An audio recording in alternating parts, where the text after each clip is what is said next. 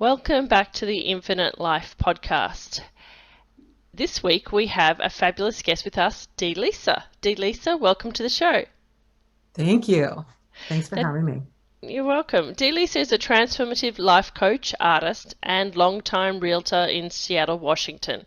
She teaches creativity, art, meditation, and inspires people to live their best lives, which sounds absolutely wonderful. And a couple of weeks ago, podcast listeners will have heard the podcast recording that you left kindly for us on the podcast to help share and inspire and create normality around discussions to do with the fact that people have lived before, that our soul goes on, and to help people reduce the fear associated with death, which I think is particularly important at this time. So what inspired you to contact us here at the podcast and, help out and leave a message?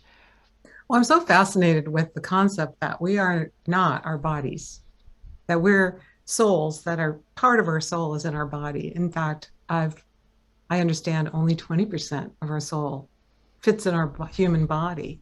And that, of course, we've lived before we had this body and we'll live again after. And one of the message I left on your voice recorder was about my daughter, who totally blew my mind when I was a young mother. She was verbal, but she wasn't that old. I'd say maybe she was two, maybe she was 1.5. And we're outside looking up at the night sky and so many stars in the sky. It's just such a magical reality when you're doing that. It's like you feel so tiny and the universe seems so big. And she said to me with a sigh, "Well, Mommy, I remember when I was up there." And I said, "Up where, honey?" "Up there in the sky with God." And when she said that, you know how you just get like goosebumps? Mm-hmm. It's like I just had this knowing that ran through me and goosebumps. Oh, I'm getting them now. And I said, "What?" She goes, "Well, before I was born, when I was up in the sky with God, and God is the moon, and all the angels are stars." Well, not really, but that's what it looks like. And I said, "Well, then what happened?" She goes, "Well, then I was born and I was with you." And I thought, okay. And the next day I was like, "Honey, tell me about before you were born." She was like, "Let's go to the beach. I want to play." But on that vacation, she had been multiple times telling me, "Stop doing that." I was like, "What?" I was doing whatever. You know how kids say you're doing something that annoys them? Well, she was like, "Stop it, Mom. You stop it. You just stop doing that, or I'm never going to be your mom again." And I said, "Wait, what?" Because "You stop doing that, or I'm never going to be your mom again." And I said, "But I'm the mom and you're the kid." And she had said to me, "Well, don't you remember a long, long time ago when I was the mom and you were the kid?" And again, shivers. I'm like, "No." Then I was like, was I a good kid? I mean, and again, she's like, "La, la, la, la, la, let's go play."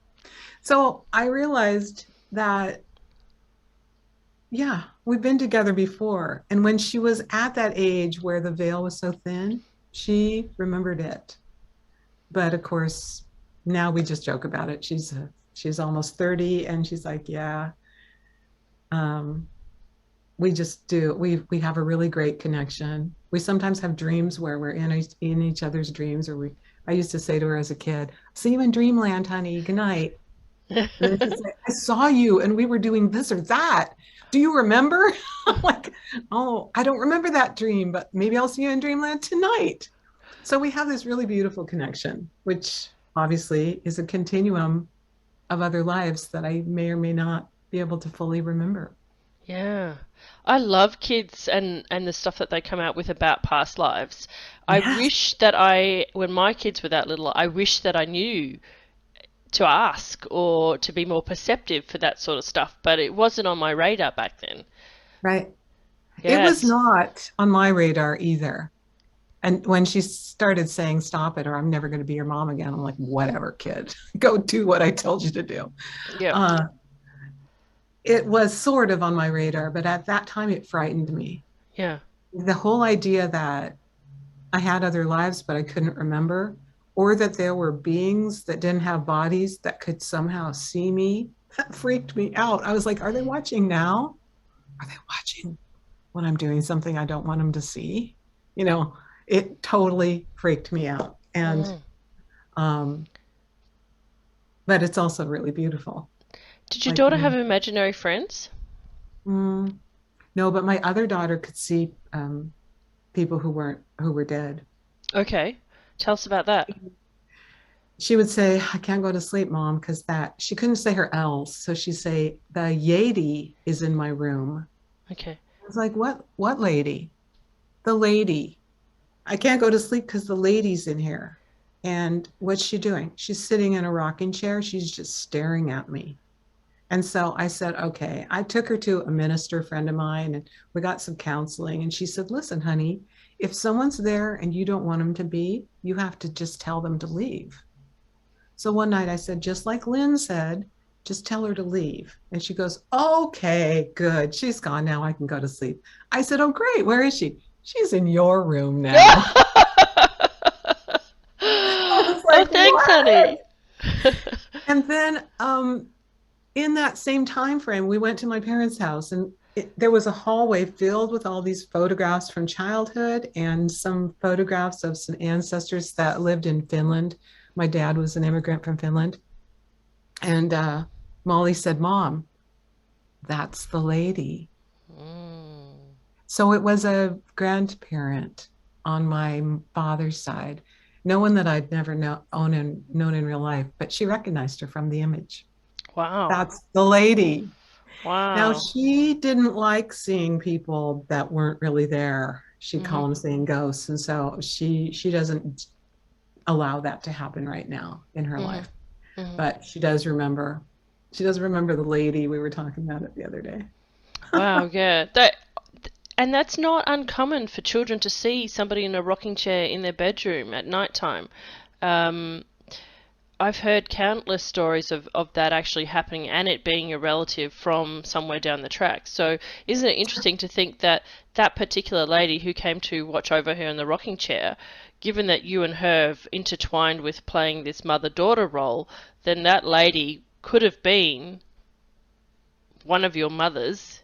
Right. Do you know what Yeah, I mean? And so she's coming absolutely. to rock over you guys because she's worried about how you're doing or something like that. Do you know what I mean? Exactly. Yeah. Yeah. Yeah. Exactly. It's fascinating. I actually watched a video on YouTube, and I'll have to share it on my Facebook page. I don't, which astounded me yesterday. There's this really crazy YouTube channel that I found that gets submissions of things from around the world. And yesterday, like almost like nearly burst into tears watching it. It's a video of a little girl going to the cemetery just after her mother dies. She's tiny. She's only like what, 1 or 2, and so the you can see the graves freshly laid, and she must be with her grandma. And suddenly the little girl goes and stands on top of the grave, which you're like, don't do that. And then she starts saying, bye bye, bye bye, mama. And then she leans in, and you watch her, and she actually kisses her mother in spirit form. Like she goes, and Oh, gives her a kiss and then waves her and then watches her float away. And you're like, now, if there's any skeptics out there, you got to see that video because you can't not believe after seeing that. You know, a child doesn't right. kiss at the air and wave goodbye to their mother for nothing. I was like, that's Yeah. You know, the other thing I've heard, because I had both my children at home, I had home births, and the midwife said, no, if you remember before they're the age of 3, ask them what, if they remember being born, because they will remember. really After age 3, they forget. okay. So I asked both my kids if they And remembered being born, and they both remembered things that they couldn't possibly have heard about. okay. The one who was my mom in a past life, she said, I didn't like it when they poked my heel. It really hurt. Oh, the needle. And they do this blood test in the Mm, US where they poke their heel day 1 and day 3 and yep. check for blood abnormalities. And she said, and they put that something in my eyes. And I didn't like that either. I was like, whoa. My other daughter remembered everyone who was there at the Okay. birth. And it's very fascinating. Like we think we don't remember things, but what do we remember? Mm. Well, you can do regressions where you can take people back into the womb, which I haven't done yet, but that is fascinating. To be able to actually be able to remember being in the womb. Yeah, And I I've done work like that. It's so fascinating. Um, the first time I did it with a hypnotherapist, and he took me back to before being born. So in my mom's, I'm somehow in form, and I burst into tears. And I realized that my parents were pregnant when they got married in the 50s, Ooh, and it was a shameful secret, right? yeah, And so I really felt that fear about not really being timed right. I right. just like, oh, he was like, oh, come out, come out, come out, like it was fascinating. And of course, you can do that and then go even further back to the Mm. lives that you lived before. Yes, And yes. the other two lives I want to talk about today with you because they popped into my awareness. Uh, I used to work with a naturopath, and she would, I'd go see her and say, I've got this thing happening physically. And she'd look at me. She had blue eyes, curly blonde hair. My kids called her the beautiful doctor. And she had one of those beautiful souls where she'd look at you and you would just spill Yep. whatever was going on. I didn't even know I had that feeling, but I'm now telling you. Okay. And she would give me remedies, work on my body like a massage therapist would. And she'd say, all right, this is the movie I'm seeing. This may or may not be true, but a long, long time ago. And so she did this for two different relationships I was in. One, my husband, she said, a long, long time ago, you were both men, you were both powerful men, business owners or maybe in government, and you were rivals. Mhm. And it didn't end well for you. You ended up dying in prison. I was like, oh, that seems so perfect for the guy I'm getting divorced from right now. Because the struggle at that time was so difficult and so epic that it didn't make sense that it was just getting divorced and having two little kids. Mhm. But if I added in, this may or may not be true, we were rivals in a past life. And yeah, it totally made sense. I was afraid of going to jail and dying again. How did it impact your Okay. body like that? Where was it that she was working on where that memory was stored? Ooh, right then I was probably working with digestive issues. Mm. Mhm. Yeah, stomach. Uh, yeah, and then go further into the future or closer to now, I guess you'd say, who knows when, past, present, future. She did the same kind of thing for a guy that I was in a long-term relationship with. And she said, this may or may not be true, but here's the picture I see. You are a king living in this beautiful kingdom in the middle of a forest. And these were the times when magic was real. And your partner now was your wizard. Ooh. And he was in charge of keeping the kingdom safe. So even though there was this kingdom in the middle of this forest, no one really knew where you were. They couldn't come invade you. But he let down his magic, and you watched your entire family get killed in front of your eyes. I was like, oh, what?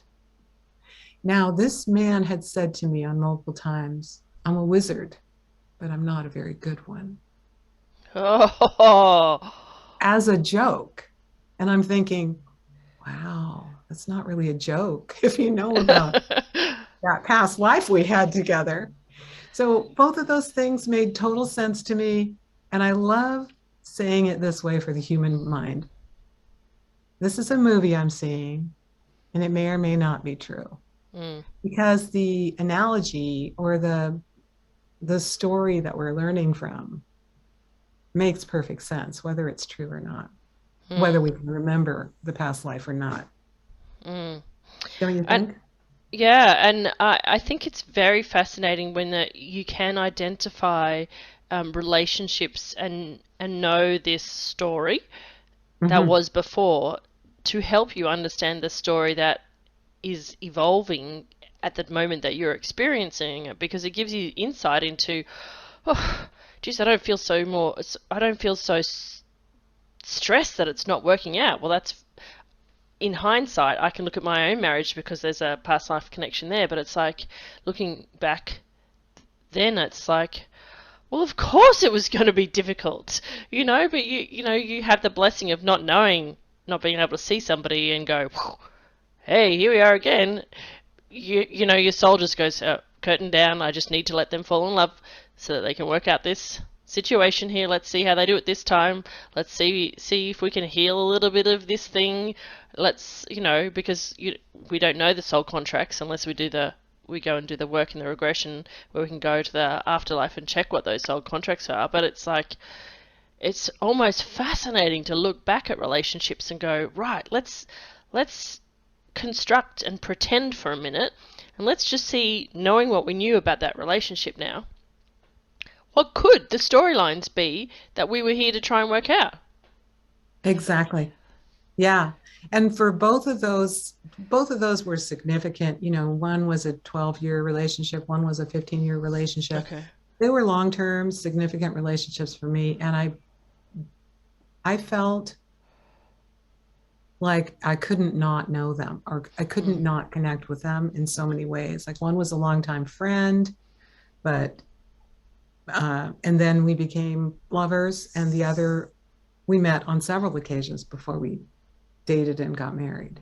Mm. So it was like the universe was like, okay, are you ready now? Yeah. No. 10 years later, are you ready now? 20 years later, are you ready now? Okay, you really have to get together now Yeah. and do Yeah. Yeah. something.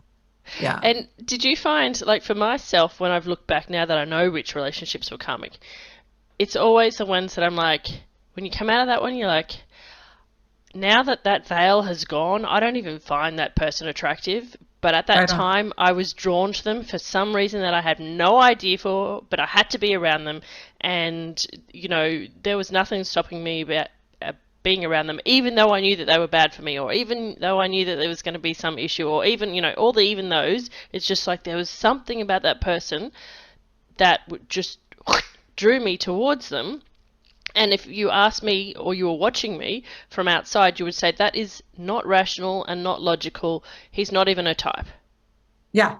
Oh, absolutely. Like my husband, we dated 3 weeks and then we got married.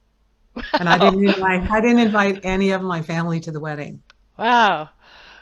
And I knew right when I got married, like one of my first dreams after getting married was I'm in this room with a whole bunch of family and it's a party. So we're celebrating something. My family's there, my sisters, my parents, my siblings, my husband. And I'm thinking, this is a boring party. I can't wait to leave. I got to get out of here. And I look at the door, and it's one of those doors where you like push the bar and get out, but it Yeah, had yeah, yeah. chains were wrapped around in it. So I thought, oh, if I can't leave, the door's locked. And then a little bit later in the dream, I realized that the chain was wrapped around, but there was no padlock, there was no lock. Right. So I could leave whenever I wanted. And once I got that thought in dreamland, I woke up and I thought, I wonder what that dream means. But of course, 10 years later, I decided to leave, not right Yeah, then. yeah. But so, yeah, obviously we had some kind of soul contract to come together, have kids, work it out one more time, not send each other to prison. Who knows? Yeah, yeah. Um, And you'll know afterwards. Afterwards, I'll go, oh, really? I hope we don't have to do that again. I was But really also, like, no, I want to be done with this guy. This is bad. This feels bad. But we'll see. Yes.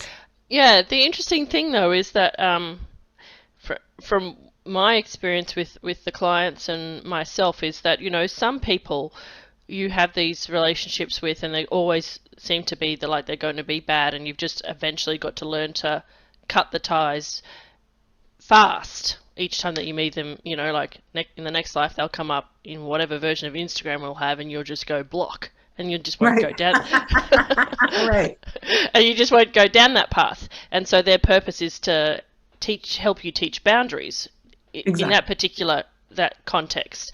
But with some people, they're your soul family, and they put on that role specifically as an agreed contract to help you. So, when you're choosing the next lifetime with the life council, and you have your meeting with your soul family beforehand, you go, right, who's up for this role? And someone goes, oh, fuck yeah, okay.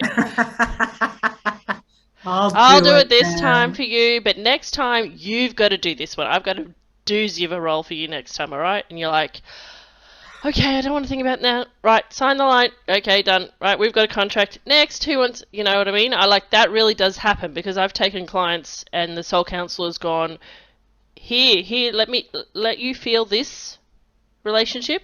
Yep, let you feel this love. Good. Right, now feel this person. Right. We are now forcing you to cut that contract, because your lesson with them in this lifetime is over, and it's impeding you. So step away. Um, and that's what I've found really, really mind blowing with working with clients, is that you can actually do that. That you can go see the you don't have to wait till the next life. You can actually do a regression, go up into whatever you want to call the life between lives, visit your life council, ask them for perspective, and if it's really is impeding you, they will make changes in your superconscious mind that will sever contracts and sever relationships if it's not in your highest good. So I think all I'm trying to say there is, for anybody who's struggling with relationships, or people in their life, you can access the higher wisdom. It's not, you don't have to use your humanness. There are cheat traps. Do you know what I mean? There are Yeah. codes that you can unlock, that I've learned to unlock, just by really working in the spiritual world. So it is fascinating. Relationships are just so fascinating, and so so difficult, so wonderful, so fascinating. I think also, and I don't know whether you experience this now. How do you ever get a sense now in non-romantic relationships? So if you meet somebody new now, right? Do you ever get a full body feeling now, um, in the difference between the kinds of people that you meet? Like, whoa, this person, I feel instantaneous love for them, or this person, I know immediately that we're going to have a connection, versus the next person, well, they're nice, but I don't have any real pull towards them. Have you, with all of your What realizations, an now started to feel that? what an interesting way to look at it. I was just talking with someone yesterday because I love it when synchronicities happen, but Hmm. I haven't really connected to that full body feeling that you just suggested. I'm going to add that to my reality. I was talking yesterday with a couple of people that are going to help me with transition out of my real estate business and into my Hmm. coaching. They're going to take over my real estate clients. And we were chatting and giggling, and I'm thinking, these guys are so cute. And I'm so glad I know them. And I kind of know them because he worked somewhere and I taught him a class. Now they're married. And we were talking about another person who just did a photographic work for me. And they know him. And they're like, you know him? We know him. He lives in your building. That's so weird. I'm like, well, yeah, he lives in my building. And one day I was walking past his apartment and I was going to give my books to the free book library. And he's like, what are you doing? And I gave him a book and then he did photos. And I was just thinking of how everything just kind of connects together in such a beautiful way if you let it. Oh, absolutely. There is no such thing as coincidence, I believe. Yeah. Yeah. Yeah. It's So, happens for a reason. I mean, I'm like you, previously divorced, and every now and then I have a good giggle and throw myself on a dating app or something. This time around, I've just gone back on after a 3-year break, and this time around, it's really fun because for me now, I'm sensing immediately conversations, and like people are being drawn to me. They've always been drawn to me because there's something that they need to find out in themselves. Like I'm like this catalyst for people. So I was, bless his soul, talking to this guy who lived about an hour away from me. And my name being Katische has a Russian derivative of it. You know, it comes from Katerina. I always say Catherine, just easier, but Katerina. And this guy, he could speak Russian. And I was like, oh, that's interesting. And he started rattling off, you know, how many times he'd been to Russia and with which politicians. And I'm like, oh, you're boring me. But anyway. And then he started talking about the coincidences in his lives. Because I said, well, how did you learn Russian? You know, you're from Queensland, my hometown, from my home city. Like, how did you end up being a photographer who spent a lot of time in Russia? And he's like, oh, well, you know, I started living with people and they were Russian flatmates and they couldn't speak English, and, you know, I had to learn to speak Russian because otherwise I couldn't speak to my flatmates. And I'm like, oh, okay. And then he's like, and then I worked with this person who was friends with their friend in Russia, and like I just suddenly be involved in this whole Russian scene. And I'm like, yeah, huh? And I said, you're talking to somebody here on this dating site with a semi-Russian name, right? And I was just like, dude, because there was just too many things that weren't going to work out, you know, conflicting work schedules, like the distance wasn't right, I wasn't feeling the connection. But like I said to him, everything that you've told me, because he just poured his heart out about this Russian connection and the synchronicities and, you know, all this sort of stuff. And I'm like, hey, I'm not here to offend you. This is not going to work for us, but I really want to tell you this message. You're on the right track. I'm being told Russian is the key. All those people weren't coincidences. Don't send yourself insane. I know nobody else in your life has ever told you that that was significant, but I'm telling you that is significant. And the person that you are meant to meet is Russian. And she lives in your hometown. So stop looking outside of your hometown. Look in your town where you live right now and look for the Russian girl. That's it, because it's a past life connection. Like, I was just like, boom, that's it. I've got to tell this guy this answer. Because I was like, don't take this as a rejection. It's not. It's I'm telling you, I've got this message that those synchronicities are trying to steer you towards a woman who's Russian. You know, stop looking for the Aussie girls. You're looking for a Russian girl. What a beautiful, okay, so you're Whether he not going to takes it or date not him, is, but you gave him some free advice. yeah, That's I was just beautiful. like, because he was just like, I've been on here for 6 months, I haven't had a single date or whatever. And I'm like, yeah, yeah, because she's not on here. Like, she's not, I don't know why I need to tell you this, but she's not on here. You just get outside your front door and go for a walk. She's out there. She's, you know, there's too many Russian coincidences in your life that aren't coincidences, that life has been trying to send you a message. You know, it sent you to Russia, it put you with Russian flatmates, you went to work and you had a Russian connection there. The Russian thing is important. Go look into it. Like, That's yeah, it's like beautiful. when people just write something off as a coincidence and don't see the message, now I really want to say, stop, stop, stop, stop, stop. Take a Yeah. deep breath, write it down, journal on it. It's not a coincidence. It's a really important message for you. Isn't that's probably a topic for a totally full podcast. Is like, how do we look at what life brings us? Is it an accident? Is it a coincidence? Is it destiny? Right? Yeah, I think it's very definitely signs. It's your higher self telling you, "Hey, love, open your eyes." Yeah, exactly. I don't know how And more I can dangle it in front of you. Open your eyes. I'm ringing the bell. I'm banging the drums. that's so great. Well, when I was a young woman, I worked on boats in this little town on the coast of Washington, and it was the 1980s, early 1980s, and there were Russian trawlers fishing off of the coast, but they couldn't come inside of 3 miles. So there was this kind of international fishing agreement. And one of my friends said to my little sister at the time, "You you should learn Russian so you can go out on these boats and be an interpreter." So speaking of Russian, she at the time was speaking, she spoke Swedish and Finnish and English. And so she did a Russian intensive course and became an interpreter on a Soviet ship. And that's where she met her husband. Whoa! Yeah, So see? now her husband was from El Salvador, Okay. but he worked as a fish biologist. And she, after months of being on this boat with all these Russians, she's like, "Oh, that guy looks healthy and strong. I'm going down to meet him." And then they got married. So it's like, you never know what that one little side road is, where that one little road is going to take you. Like, why should she learn Russian? I don't. Who was that Yeah, person standing beside her? Because that person standing beside her may not have just thrown that statement out there. Like that could have been a right. spirit guide, right? Just Right with, on.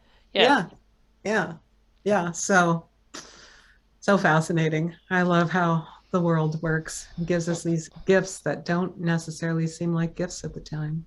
Yeah, yeah, absolutely. Is there any other interesting insights or past life reveals like that you've done through past life regression or anything like that that you wanted to share with us, or any insights in how knowing that you go on, how it's affected your inspiration in your career or your creativity and things like that? Yeah, one of the things, and I don't think it's an odd idea anymore. I think that the world has caught up to this concept that we're not just our bodies. Even science and the study of the quantum field says, everything's energy. We're energy, and so to think that we're energy that comes from some universal source and that we have bodies is totally uh, a stone that starts the foundation of my coaching practice. Mm-hmm. Because if you want to have a beautiful life and you have a dream of where you want to go into the future, you have to ask yourself, is that dream big enough? Mm. Because I suggest to people, and my Mary Morrissey, my mentor, suggests to people that your goal, your dream has to be something you can't do yourself. Otherwise, Right. it's just a goal. Ah, okay. It's something you need help from a higher power to achieve. It's something that's going to make you grow, and it's something that's going to be a benefit to others. Hmm. So if you think about that spiritually, that's just part of your soul journey. Hmm. You're thinking bigger and bigger, not just with your human mind, but you're thinking that, yes, I'm going on and I came before, and my soul is guiding me to have a Hmm. beautiful life. And all the ideas you might think of are given to you by your soul Hmm. as something. If you have an idea, you can do it because you wouldn't get that idea if it wasn't possible for you. Hmm. So that, yeah, really having to think outside the human mind and the human body as a way to live, a beautiful way to live in the world is key. Hmm. I like Don't that. you That agree, Katish? Yeah, I Yeah, like the fact that you said it has to be so big that you need to ask the higher powers. yeah, Um, yeah, yeah, because in your humanness, you would otherwise get overwhelmed. And I think that's a really interesting distinction because most people think with goal setting and, all the business coaching out there. That's why I really like spiritual coaching in terms of, people who are like yourself doing the spiritual side of the coaching, not just the go get 'em, sink, go get 'em yeah, tiger kind, is that um, what you're doing has to be so big that you have to look outside of yourself for it. That's just so expanding rather than limiting. Do you know what I mean? It's just it asks you to tap into that energy field to achieve that dream, to really reconnect with your higher self at all times to assist you to do that dream. And I think that if you really stop and think about that for a moment, that has to give you huge confidence that whatever you've written down is not only possible, but you could take it multiplied multiplied by 10 with the power of your higher self and your spirits and your angel guides and whoever else out there. And there's not a lot of people teaching that. Yes. And what you just said is perfect too, is that expansion rather than contraction is the way you know that you're going towards your dream. Is if you are having thoughts and feelings that are feeling expansive and joyful and make you feel good in your body, you're going towards your dream. And if you're having contractive thoughts and fearful thoughts, you're stuck. Mm. Now, that doesn't mean you won't have fear come up when you're going toward a big dream, because you will. You have to also say, oh, this is good. This feels a little bit scary, like I'm on the edge of something I'm going to jump off at. And right, what is the concept? I'm at my green growing edge. Green growing edge. Because I've never been here before. Yeah. But yes, to go towards something that's expansive, and that is your soul pulling you towards your best life. Yeah, beautiful. Beautiful. So, Lisa, how can people get in contact with you to find out more about your coaching? Because that sounds... Oh, you can find me everywhere online, Coaching with D.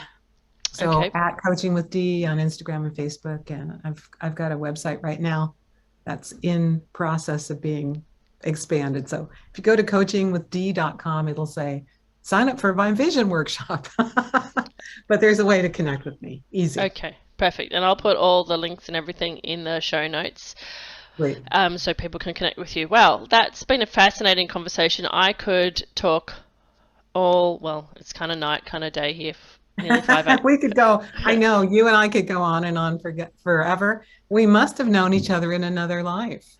I tell you, I am pulling only people with specific connections onto the podcast. You can guarantee that. So it's fascinating now, because it's like, when I get a message request now, I'm like, okay. And it's not until they come on camera and then I go, boom, like I get a sense of feeling. And it's really interesting. The more and more work that I do guiding people up into the afterlife, I now can, I've had it with clients and with podcast guests. I won't allude to who any of them are, because that's breach of privacy. But if it's a soulmate that's been drawn to my podcast, which I've had, and as in my soul group, or a past life connection as a client or something like that, I feel it immediately in the heart. I'm like, whoosh, this energy just comes in, and I'm like, I start grinning on camera, and I'm like, how come I love you, but I never met you before? Like, it's like, beautiful. It's like, and I'm not the kind of person that goes around saying, I love you to people, but it's just like this universal source energy just comes and whacks me in the heart, and I'm like, oh, hi. That's beautiful. I think we know each other, but, and then I can go then and do myself my own regression and go back up, and I can see the energy form standing there. I'm like, yep, you it. So I'm like, it's like the most fabulous part of my life now, bringing somebody onto the podcast, because I'm like, let's see what kind of conversation we can have, because I'm like, the universe is just throwing me people now that I need to be connected with, and these are genuine connections, because in previous lifetimes I've had, limiting beliefs based on vows that I've recently broken. God, it makes me want to cry already.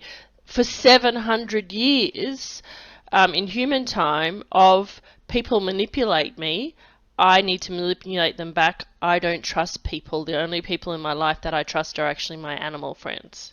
And I did some work, and it was actually in one of my previous episodes where I went with my friend Cindy to the Akashic Records, and we did a double Akashic Records session, and one of them was to go meet my animal spirit guides, because she said, you've had such a shit time with humans and relationships, and you literally said to me in the Akashic Records, I can't trust anybody other than my animals.